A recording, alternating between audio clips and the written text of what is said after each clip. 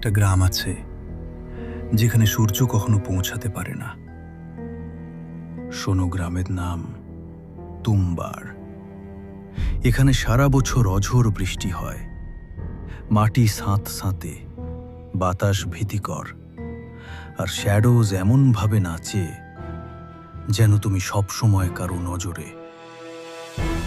কিন্তু শুধু অন্ধকার নয়, মাটির নিচে লুকিয়ে আছে এক অভিশপ্ত রহস্য, অসীম ধন আর একটি ক্ষুধার্ত অমর শক্তি। তাহলে আসো, আমি তোমাকে দেখাবো কিভাবে লোভ আর অভিশপ্ত সোনা মানুষকে ভয়ঙ্কর অন্ধকারে ঠেলে দেয়। এই গল্পের নাম তুম্বার। কথিত আছে, মহামাতা ছিলেন এক অসীম ধন সম্পদের দেবী।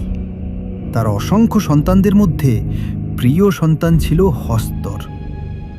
কিন্তু হস্তর ছিল লোভী, নিষিদ্ধ আর ভয়ঙ্কর। হস্তর তার মায়ের ধন নিজের জন্য চাইত, শস্য কাটতে চাইল।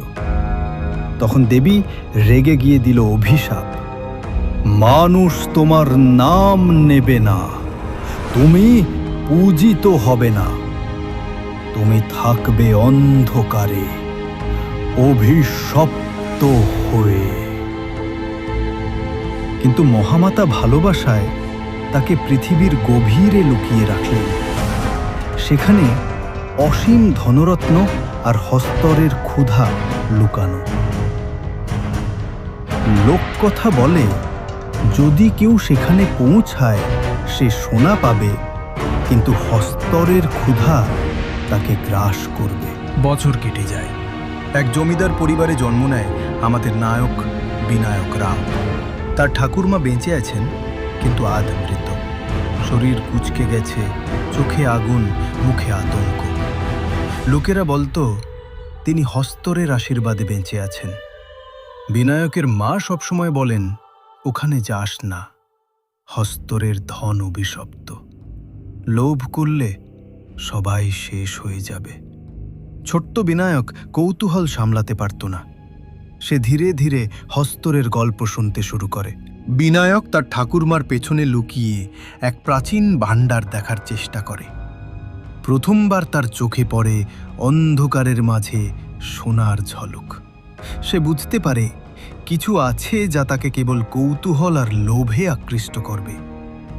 ছোট্ট বিনায়ক প্রতিজ্ঞা করে, একদিন সে জানতে চাইবে এই ধনের রহস্য। ঠাকুরমা বিনায়ককে শেখায়, এই সোনা, এই গুহা সব অভিশপ্ত। যদি তুমি লোভ করো, তুমি হারাবে। কিন্তু লোভ মানুষের মধ্যেই থাকে। বিনায়ক বড় হয়, শিশুর কৌতূহল এখন লোভে রূপ নিয়েছে। সে মনে মনে ভাবছে, হস্তরের সোনা আমার হবে। সে শহরে যায়, শিক্ষা নেয়, কিন্তু মনে শান্তি নেই। রাতে ঘুমে সে স্বপ্ন দেখে গুহার সোনা। স্বপ্নগুলো তার লোভ আরও বাড়িয়ে দেয়। একদিন সে ঠিক করে, আমি আবার তুম্বারে ফিরে যাব। সে জানে প্রতিটি ধাপ বিপদে ভরা, কিন্তু লোভ তাকে থামাতে পারছে না। তার মা মারা গেছে, প্রাসাদে আর কেউ নেই। এখন সে স্বাধীনভাবে গুহার রহস্য অনুসন্ধান করতে পারে। বিনায়ক আবিষ্কার করে এক ভূগর্ভস্থ গুহা, অন্ধকার, স্যাঁতস্যাঁতে আর অচেনা শব্দে ভরা। প্রথমবার সে ঢুকলেই শোনে অদ্ভুত আওয়াজ।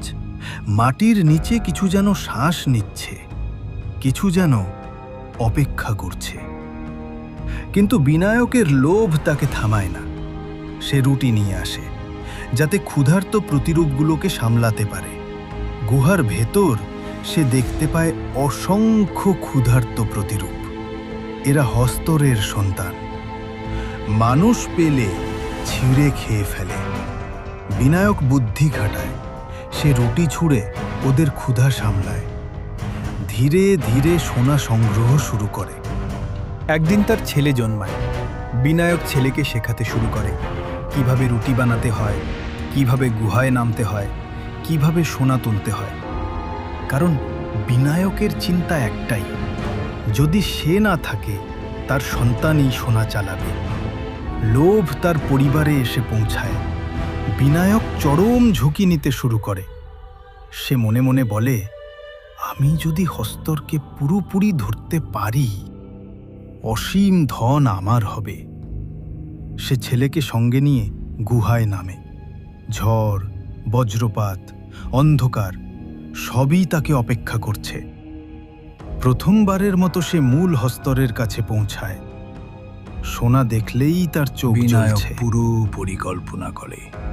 সে মনে মনে বলে, এবারই শেষবার, হস্তরের সব সোনা আমার হবে। সে রুটি, বাতি এবং লুকোনোর উপায় নিয়ে গুহায় নামার জন্য প্রস্তুত। তবে মনে আছে, হস্তরের ক্ষুধা তাকে সর্বদা খুঁজছে।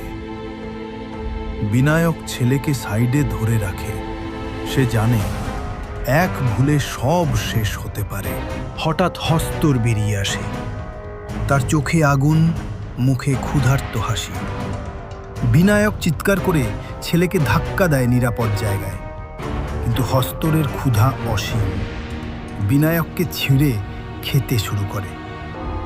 বিনায়ক বুঝতে পারে এবার সে বাঁচবে না। তার ছেলের চোখে ভয়, কাদা এবং ধ্বংস। বিনায়ক নিজের শরীর উৎসর্গ করে।